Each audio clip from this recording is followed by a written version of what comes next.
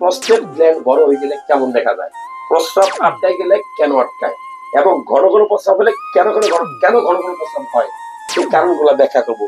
আমরা একটা আল্ট্রাসাউন্ড করছি, ক্যামেরাম্যানকে দেখাইতে বলবো, দেখা যায় কিনা।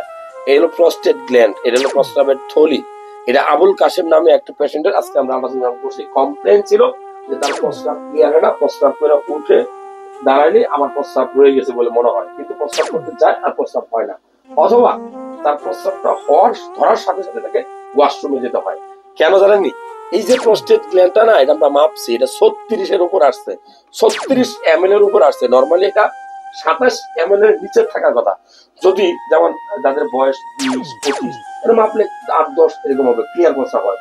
কিন্তু যখন বয়সটা আপনার 40-45 পার হয়ে যাবে, তখন দেখবেন যে এই প্রস্টেট গ্ল্যান্ডটা বড় হয়, প্রস্রাবটা ক্লিয়ার হয় না। আমি বলবো যে আপনার বাবার, আপনার ভাইয়ের, আপনার শ্বশুরের, যে কারো এই ছেলে মানুষদের ক্ষেত্রে এই প্রবলেমটা হতে পারে। যে প্রস্রাব ক্লিয়ার না হয়, প্রস্রাব ঘন ঘন হয়, প্রস্রাব আটকায়, অবশ্যই একটা আল্ট্রাসাউন্ড করবেন এবং রিপোর্টটা দেখে নিবেন। প্রস্রাব করার পরেও তার প্রস্রাবের থলিতে 200 ml এর মতো প্রস্রাব আটকাই আছে, এটাকে আমরা বলি PVR, পোস্ট ভলিউম রেসিডিউ।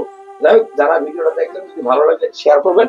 আর আমাদের এই তথ্যটা, অর্থাৎ ব্রাদার্স মেডিকেল সার্ভিসেস, আমাদের ঢাকার চেম্বার, যদি ভালো লাগলে এই ঠিকানাটাও শেয়ার করে সবাইকে দেখার সুযোগ করে দিবেন।